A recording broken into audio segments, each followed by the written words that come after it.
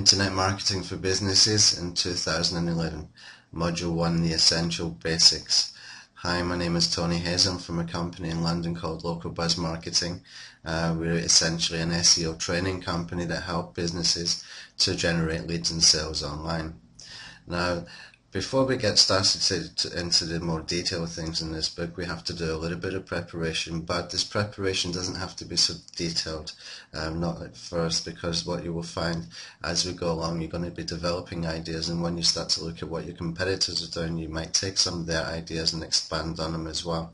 So what I want to do is just to get a brief overview first, and I want to make this a short book, but actionable. I want to make this less fluff, more good information, more actionable tasks that we can just keep moving on and keep moving forward, and you can come back and reference this book at any point that you choose later according to whatever subject that you need.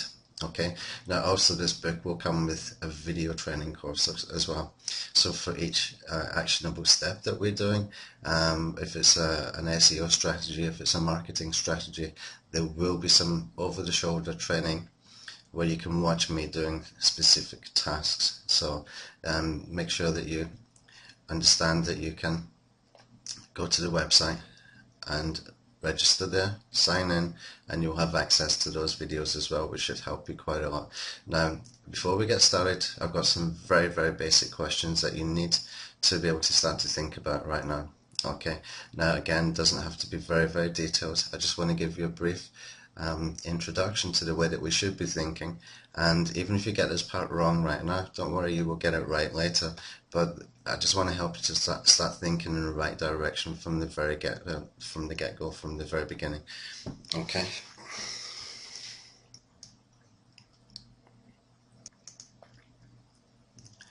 Okay, and the first thing that we need to think about is, what is your goal? If you want to have a website online, what is the goal? What is the purpose? It's not a trick question. Let me explain how I would go about it if it was from me myself, and maybe this will give you a better idea. Perhaps your goal is to generate leads, and your goal generating leads might be through collecting email addresses, or it might be through collecting telephone numbers and getting people to call you. Your goal might be to have an e-commerce website where you're selling physical goods online. That can be delivered. Your goal could be an e-commerce site that is selling products or services online that is more of a digital nature. So I just want you to understand the basics of what is your goal right now. It's not a trick question. It's not something you have to think long and hard about. Just think to yourself. I mean, if you're a plumber, for example, then you just want to be generating leads, probably from phone calls. You might not want people coming into sending you an email address. That's probably not much good for you to follow up on that kind of thing, but you know, you could be offering professional services, and email makes more sense than getting phone calls. That way you can sell to people multiple times. Alright, so just first of all, think, what is your goal? Take a note of it, and we can think about that more as we go along and as we look at your competitors as well. Okay, number 2, who are your target customers? Okay, it sounds like a very simple question. There isn't any trick to it. It is actually a very simple question. Who are your target customers? Are they people locally? Are they people nationally? Are you looking worldwide? Remember, the further afield you go, the harder it's going to be, because it's more competitive, and it might be better to try and start locally first and do what we call geo-targeting. Okay, so I want you to start thinking, who are your customers? Are they people who are going to spend money with you immediately? Are they people who need multiple sales messages before you can start to get a return on investment? Start to think of all those things right now, but it will all become clearer as we go through the book. Okay. Number 3, who are your competitors, both locally and nationally? Now, these are the people who will be ranking where you want to be ranking in the search engines. These are the people who are attracting the customers online that you would like to be attracting online.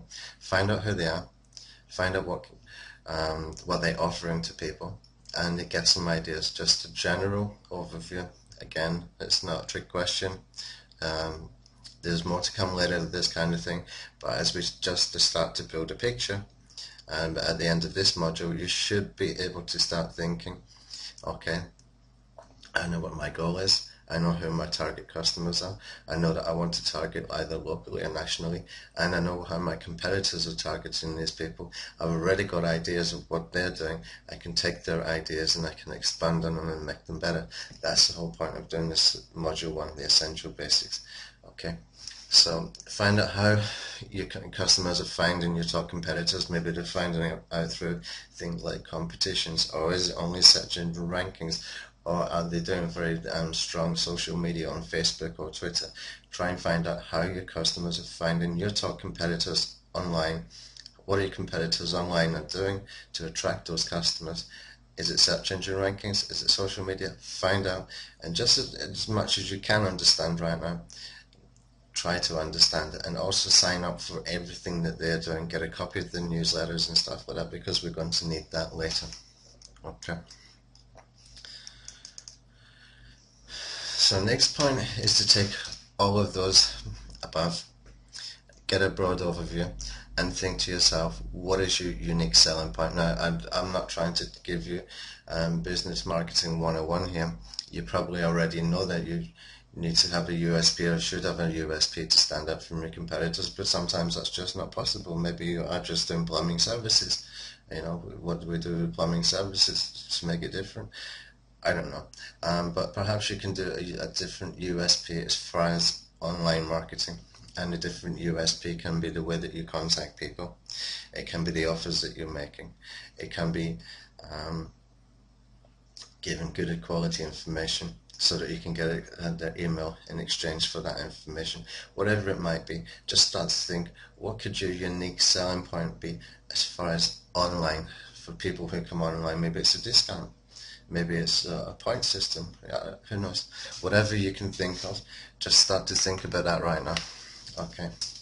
And then I want you to think, what can you give that your competitors are not giving online? So once you've had a look at your competitors, you can see if they're offering something that you could be offering, but perhaps that you could take this a little bit further or a little bit better. But put yourself in the customer's place and not the competitor's place, okay? You have to remove yourself from being the competitor, see yourself as a customer, and think to yourself, well, you know, that's a great offer they've got there, or that's a great idea that they've got there. Me as a customer, I would prefer to have this, this, or this. And then you can go into your competitor's role and think, okay, a customer would probably like certain things extra, or that thing taken away, or maybe a different approach, and then you can start to put it together. So you have got a USP, you have got something that your competitors are not offering online, and that is going to help us as we start to move up the search engines. Okay. Now the next point we need to think about, and again, we're just thinking about things, we're just getting a broad overview, we're not writing a business plan or anything like that. It's not that detailed. We're just thinking about things so that we can easily and quickly take actionable steps later on. Okay, this is just a broad overview.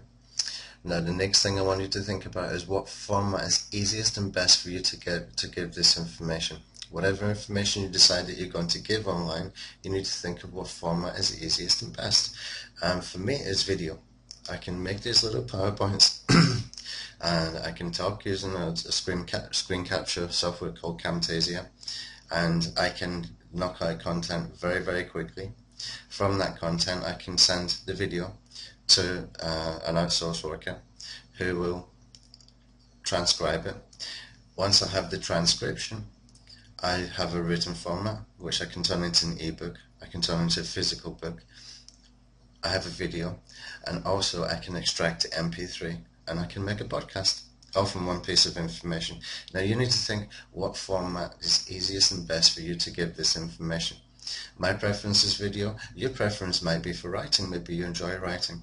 I don't particularly enjoy writing. I don't mind to talk, and I just want to get the information out. So I find this is much faster and much more convenient for me. Whatever you might think is best, you need to start thinking about. But we need to start thinking, how do I get the information out? Do I need to be writing it? Am I comfortable doing videos? If I'm not comfortable doing videos, am I willing to keep practicing doing the videos like this? 10 to 11, 12 times until I start to feel comfortable, because that's what does happen in my experience. And from there, that will help us to be able to create a plan. And we need to have a plan of what we will give, what information we will give for free, what information that we might be trying to charge for, and what information we can get out through social media, through various other ways, and having this basic overview right now will help you immensely later. Now, when I say a creative plan of what you will give for free, what I really mean is this.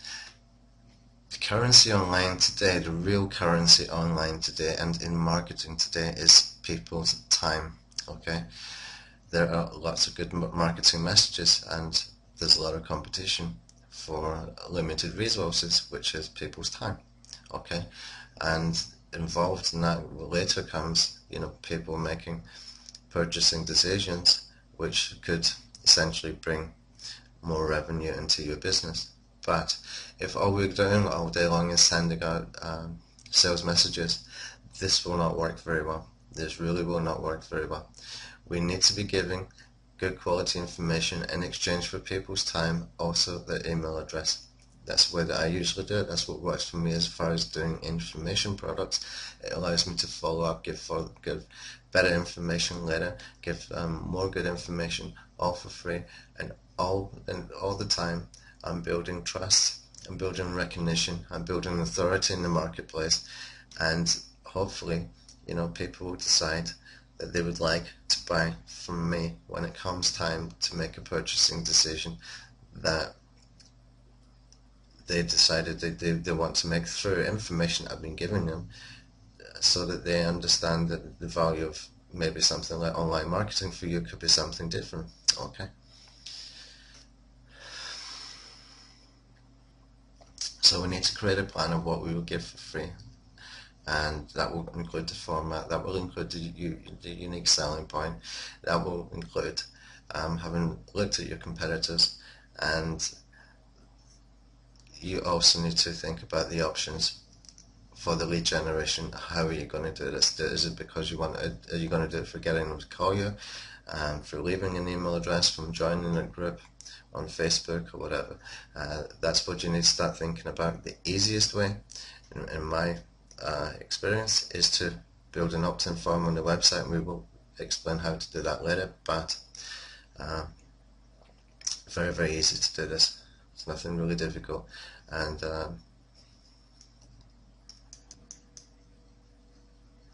okay, module 2, keyword research.